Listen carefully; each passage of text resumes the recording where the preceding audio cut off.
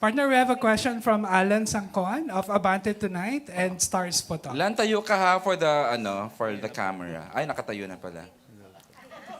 Sorry. Salbahe. Good afternoon po, Miss Good Diamond Star, afternoon. Ma'am Maricel.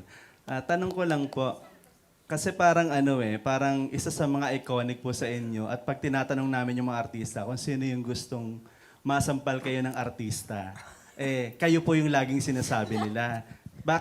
Tanong ko lang po sa inyo personally, ano po bang meron sa sampal nyo? Bakit gusto Hindi ko nila nga na alam. masampal? Kasi galing daw sa likod. Yung kamay ko. Kasi ang liit naman, oh, parang baka naman ma-afraid ka pa dito sa kamay ko. Ang liit-liit, oh. Kasi may staff kami.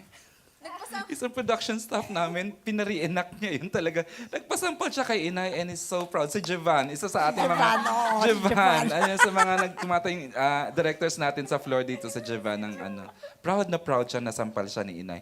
Si Inay naman, apologetic, tawa ng tawa. Nay, what do you think nga? Hindi Ano? naman lahat ganun eh. Ikaw, noon nga, matarayan ka ni Maricel, we will be proud. Di ba? Noon, during our days, sa mga 80s, 90s, ay nako, proud Usap-usapan pa. ka, di ba? Oo. True. Okay. Nay, Kaloka. baka meron kang gusto i-share. Bakit Hindi nga ko ba? nga alam eh. Ba't Hindi mo rin ganon? alam. Hindi ko naman.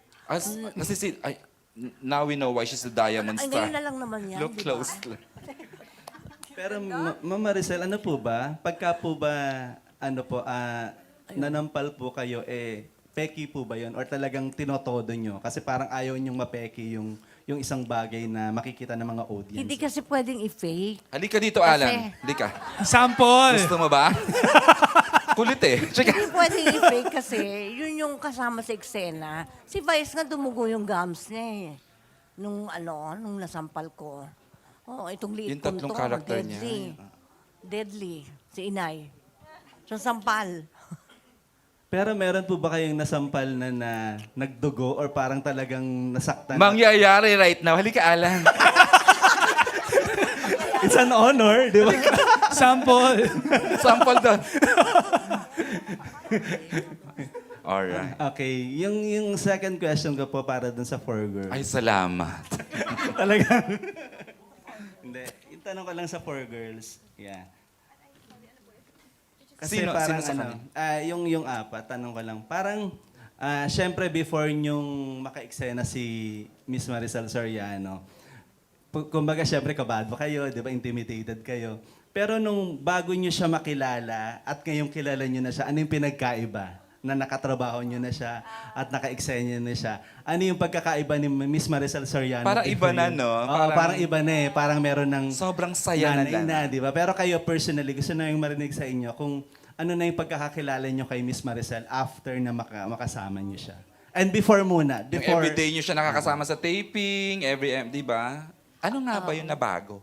Ako po, first time ko po talaga naka-work si Nay Maria. So, nung umpisa po, takot na takot ako sa kanya. As in, feeling ko bawal magkamali kapag siya yung ka-eksena. So, iba po yung pressure talaga. Pero nung nakilala ko na po siya, nung bumati pa lang ako nung umaga, yun na agad yung sinabi niya, anak, huwag kang kakabahan, sasabayan mo lang ako, ganyan. Tapos sinabi ko rin agad sa kanya nung eksena na kinakabahan akong hindi umabot yung luha ko, sorry po. As in, gumanon na agad ako. Kasi yung eksena parang may kadugtong-kadugtong pa, so parang hindi agad dapat umiyak. So doon ako kinabahan na baka hindi ako umabot.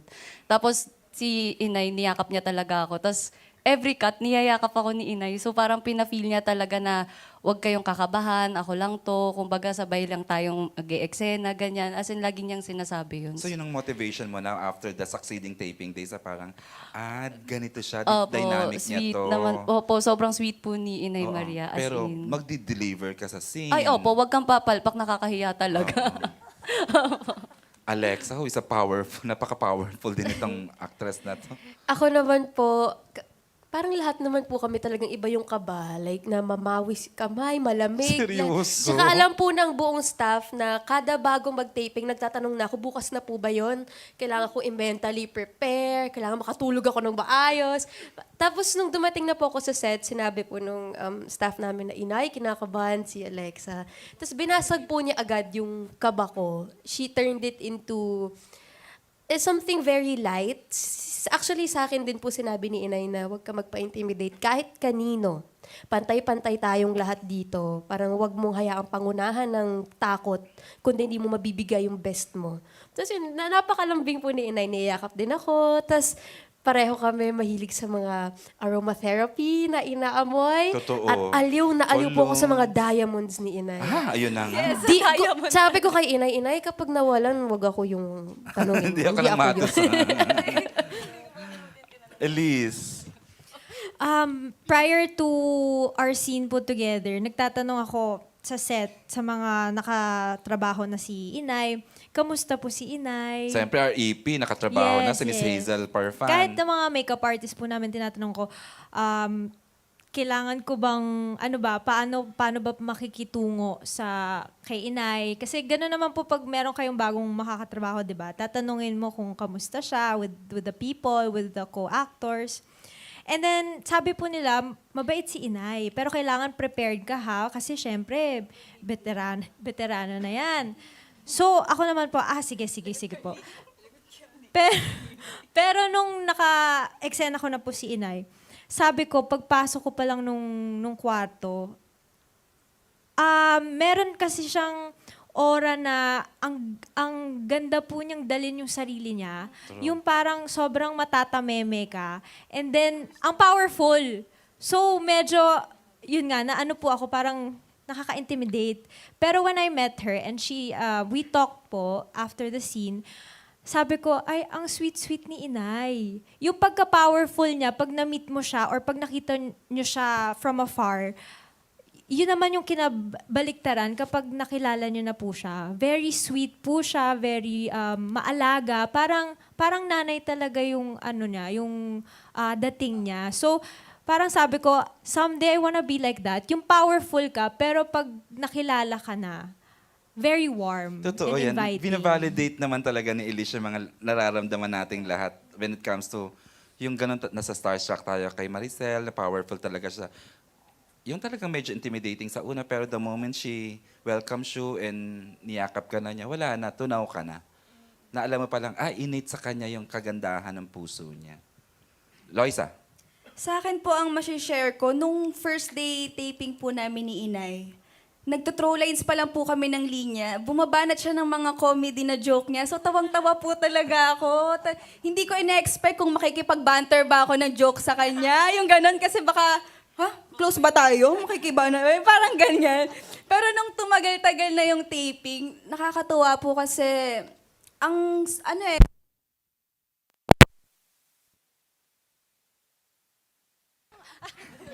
Nawala. Hello. Audio. Oo. Lahat wala. Mic test. Sige. Sa live streaming, mawawala lang, pero at least dito. Okay. Go ahead, Nak. Si Inay po kasi nung nagkasama po kami sa Kahit, di ba? Kaya. Nung nagkasama po kami ni Inay sa eksena, puro drama. We're on. Ayan na. Thank you. Puro drama po kasi talaga halos yung kinukunan po namin ni Inay na eksena. Ang hirap nun. Tapos nagka-crack siya ng jokes. Pero ayun, doon ako napapabilib na pag sinabing action, ang galing niya, wait lang ako din. Dapat makapasok na rin ako sa character ko. Kasi siya, ang bilis po talaga. Yun din yung isa kong hinahangaan kay Inay. Bakit? Ay, sorry. Ayun po, hanggang sa ngayon, habang nagkaka-eksena po kami, komportable na po talaga. Wala na yung takot. Opo, at totoong maalaga po talaga si Inay sa amin. Magbibigay ng mga advice na pang sa amin na lang, pang girls. Ganyan po. Nice. Ayun lang po. Lan, Okay na po. Thank you. akala ko papasample tayo dito. Charis. Thank you po, Ma'am Maricel. Thank you, Alan. Who else is, we're down to our last 3 siguro. Yes, kasi partner. hinram lang natin yung 4. Yeah, our next question will come from Pink Shason of Hi, si Pink ng Pep Pep. PH. Hi, Pink. Hi, good evening Hi. po. Hi. Nabanggit po nila yung experience nila sa inyo sa set na kapag action talagang bongga po kagad yung acting ninyo. Kayo po ba, naalala nyo po ba nung pagkabata ninyo, may time po ba na kayo naman naka-experience na natarayan ng director or any experience na tumatak sa inyo na mas nakatulong sa inyo na magaling na actress po? Ay, oo, meron ganyan. Meron ka rin. Oo. Kahit na at 6, Isma. advance ka na mag-isip. Ismael Bernal. Director. Oo. Kasi gusto niya perfect. Hindi pwede sa kanya yung good lang. Kailangan perfect. Kailangan marinig mo yung cut perfect, very good, thank you. Oh my gosh. Ganon. Cut. Oo. Ano pong pelikula ito? Galaw-gaw. Comedy pa. May lagnat ako eh. 40 yung lagnat ko, pero pumunta ako sa set, late ako ng 10 minutes. Ano po pero sabi niya sa inyo po? Nagalit. Hindi pwede tayo nalilate. Hindi in-explain niya. Pero naintindihan ko. Tsaka maganda explanation kasi yung mga tao na yan, uuwi pa yan. Kayo, sasakay na lang kayo sa kotse ninyo. Yung mga crew, yan, ang dami pa nilang gagawin. Pero totoo naman talaga. Kaya hindi ka pwedeng malate. Ishmael Bernal pala. Well, bongga Mabuti po. nga hindi ako nabato ng magic flying chair. Correct. Ay, may gano'n nangyari May po. ganon. Oh my gosh. Pero hindi ako nabato. Okay. Yung iba nabato. Ayun po. Ako hindi ako nabato. Kung meron pong isa pa pong experience na maaalala po ninyo with your mentors na gusto nyo pong ma-share ngayon, ano po kaya yun na tumatak po sa inyo? Si Daddy Dolphy. Oo. Oo, syempre siya yung maraming payo. Lagi niyang sinasabi na magpapakumbaba ka, huwag masyadong matayog ang lipad ng saranggola ni Pepe. Naman. Pasok ka dyan, Nay. Hindi ba? Yung mga ganon. At saka kung minsan, kailangan ko daw maintindihan na kung minsan hindi tatayo yung tao kasi nahihiya. Sabi niya, ikaw na lang yung magparaya, anak. Sabi niya, dahil ang hirap ang mga pinapagawa mo, bruha. Sabi sa akin. Tito Dolphy. Daddy. Cute. Bruha daw ako. Sabi niya, pero nung wala na siya, doon ko naintindihan lalo yung sinasabi niya. Madami akong ganon. Ayun po. Sa dami po ng mga projects na ginawa ninyo, ano po yung pinaka-memorable sa inyo na ni-reward nyo sa sarili nyo? Is it something na investment or mahilig po ba kayo sa collection ng bags or jewelry? Tapos na ako Lapit ka doon dito, Pink, para makita mo yung sinasabi mo. Hindi, Diamonds. Parang yung case ng cellphone mo, ganyan. Diamonds. gosh. nag-ano na ako doon. Tatapos na ako doon yung younger days ko. Mahilig ka sa ganyan, di ba? Yung kotse, yung ganito, gusto mo ganyan. Nagbabago pala yun pag nagkakaedad ka. Ay, oo. O ayan, sinasabi ko na ha. Huwag na pa ulit-ulit yung nagkakaedad kasi. Yun na, hanggang doon na lang Hindi naman tayo. namin bring up, ikaw lang. Ako nga lang. Correct, oo. Yun. Kaya pagka nandun ka na, parang gusto mo sila naman. Sila naman parang ma-feel din nila. Gusto ko ma-feel nila yung sumasayaw sila sa stage. O kumakanta sila, di ba? Mentoring Para- na nga siya stage. Para Mentoring stage masaya ka na, sila. Nay. Nagme-mentor ka na talaga. Oo. Ikaw na yung nagme-mentor sa mga tao. Kaya nga eh. Ang dali lang umiyak. Ang dali kausap. Nila. Oo. Ayun po. Ako ba, last question po. Siguro saan nyo na lang po kinukuha or hinuhugot yung peace of mind na meron kayo ngayon? Kasi kanina nabanggit nyo pa nga po, tanggap nyo po nung bata pa lang kayo yung lahat po ng pinagdaanan ninyo. Ang galing po na proseso po nyo yun, even if, ang hirap din po kasi sa showbiz po, di ba po? Oo, mahirap. Ayun. Buti ganun wala ako ng ADHD o ano man sa katawan. Dama mo, Pink, na she's very much at peace with her career, family life. Na parang naidama namin kung gaano ka. Ang ganda ng aura mo. Oo, talaga. Going back to the question. Saan po niyo hinuhugot yun, yung ganong peace of mind? Kasi masaya ako sa kinalalagyan ko ngayon. Eh. Yung happy ako na, nandito pa ako. Ganyan. Kailangan pa nila ako. Yung ganon. Kasi may series, may comedy show. Correct. Tapos may vlog pa na nakakaaliw. Yung vlog nyo nga, pambongga. Ayun. Very Gen Z. Oo, di ba? Ang galing. Congratulations po and thank you. Thanks, Pink. Thanks, Pink. We're down to our last two. Last two, partner. We have a question from a Gen Z. Last, oo. For the last si question. Ken Quinto of Yay, si Kapamilya Ken. Hello po. Hindi na nice to mama, ha? He is. Congratulations po. Unang question ko po sa iyo po, Inay. Nakabahan po ako. Okay lang. Opo, nakakaba po. Ayan po, tulad po nung napag-usapan po, yung mga artista po na nakakatrabaho nyo, kadalasan po na-intimidate sa inyo. Katulad po ako na-intimidate din. Meron po ba kayong mga nakatrabaho na na-intimidate din po kayo? Or meron po ba kayong mga hindi pa nakakatrabaho na sa tingin nyo may intimidate po kayo? Hindi ako na-intimidate eh. Yan ang problema. Hindi kasi ako na-intimidate. Masaya kasi ako eh. Alam ko kung sino ako. Alam ko kung ano ako. Alam ko kay papagad ako. Yung ganon. Ayun po. Sa 4 naman po yung question ko. Napag-uusapan na po natin yung kanina yung tungkol sa sampal. Na-excite po ba kayo na... Opo, masasampal kayo ni Miss Maricel? So far ba meron along the taping natin na ano? Ay! And ayun po, gaano kayo ka-excited na masampal ni Miss Maricel po? On a scale of 1 to 100. Minsan po, ini-imagine na namin, siguro, ganito yun, no? Siguro, titilapon kaya tayo. Meron na po kami mga I-reenact na po namin. scenarios. Ang tinanong ko po si Juva na sinampal, masakit. Hindi naman. Sakto lang, sis. Mga ganyan-ganyan pa. Baka naman kasi makapal yung mukha ni Jevan kaya hindi siya nasaktan. Charot.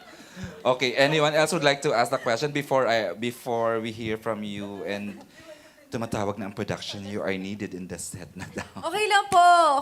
Charot. Joke lang po, Ate Hazel. Chichikahan pa kami. Joke lang. Okay, before we hear from our Inay Maria, we'd like to, Alexa, please, any word to describe the whole Maricel Soriano experience na nagaganap sa show ngayon. Siguro it would be incomparable. Kasi we are so blessed na nakatrabaho po namin si Inay and hindi po lahat masasabi yun. So ako talaga ipagmamalaki ko talaga. Hanggang in the years to come, masasabi ko na nakatrabaho ko po si Inay at siguro naman, parang feeling ko naman, hindi naman banu yung ginawa ko. Like, nakakatulog naman po ako sa gabi kasi sabi naman ni Inay, very good, ganyan. At happy po siya at mas masaya kami na nakasama namin siya. So lucky, so blessed. Yehey. Totoo. Sobrang grateful po talaga na maka-work si Inay. Kasi sa off-cam, pagka-cut, ang galing mo, anak. Iya, ang ganda mo. At Sobrang talagang binubus nababalidate ka niya na ka. di ba? Kaya Yeah. isang karangalan po talaga. At kaabang-abang ang mga eksena, guys, sa Pira-Pirasong Paraiso. Kaya abangan nyo. Actually, ako po, minsan, syempre may mga taong nagko-comment sa atin na, hindi kayo magaling, ganyan-ganyan. Sobrang nade-drown out ko na po yan kasi si Miss Maricel Soriano na po nagsabi mismo na magaling kami. So, yeah, the opinions of the Kaya other people bahala kayo are dyan. not valid anymore. Tama po. Thank you, Nay. All right, and with that, before we hear from Inay, I'd like to congratulate lang the team of Miss Kylie Manalo Balagta, sila Hazel Parfan, Ron Atienzar, Mary De La Peña, Marge Politico, si Jevan. Sana ma-meet you sa Jevan. Si Sed, si Sid, at saka si Tonette for the wonderful job doing Pira-Pirasong Paraiso. Our CCM partners, Miss Dang and your team. And of course, the team of B-Boy Arboleda, B617, and of course, our head writer, Nathan Arshaga. And of course, our boss at Dreamscape, Sir Day Anginalo, who is, sana he's watching. Alam niyo naman kung gaano niya kamahal itong mga artista natin. And your corporate communications, Aaron, Gabby, and you. And of course, my ad from team, Mike Ibanez and Mark Pelobelo.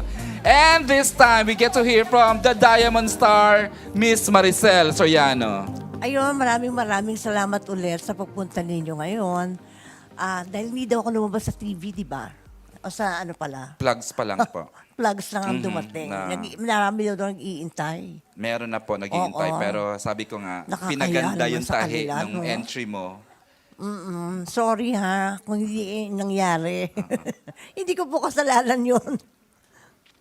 Pero wala naman sinabi sa akin eh. Opo. Oo, kasi nag-shooting kasi dapat hati sa tatlo yung katawan ko eh. Grabe ano. She's at her busiest. Pero thank you pa rin sa pagpunta ninyo and thank you mga girls. Oh, di ba? Oh, now, ladies na kayo, ladies. Oo, ladies. Maraming salamat. Maraming salamat sa lahat. Kaya, maraming salamaste. Oh. Ayan. At syempre sa ating mga cameraman, audio man na nag-overtime. Ayan, maraming salamat sa inyo. Thank Unbelievable you. hardworking people. And with that, thank you from Dreamscape Entertainment, TV5, and of course, ABS-CBN. Thank you all for joining us this afternoon with the one and only Diamond Star, Miss Maricel Soriano. Nay, for the last time, please try tayo ka dito. As we exit na po yung 4 girls dahil tinatawagan na ako ng production. Girls, we can still have selfies with Inay, ha? And then, I know, requested Don a selfie with a photo with Inay and mga OG ng ano. Okay, para silang magkakaedad lang. Look at them, oh. I know. Exit na, girls. Sige, isang ano. Alex, thank you. Alwin, hindi nagtanong. Si Alwin Ignacio, thank you. Salve Asis, thank you. Correct, si Miss Charmy ng The Philippine Star. Miss Tessa Mauricio, thank you. Who else? June Lalin. Don Sermino. Ayan, Gen Z daw, who is, ayan. Nako, expert si Alexa dyan.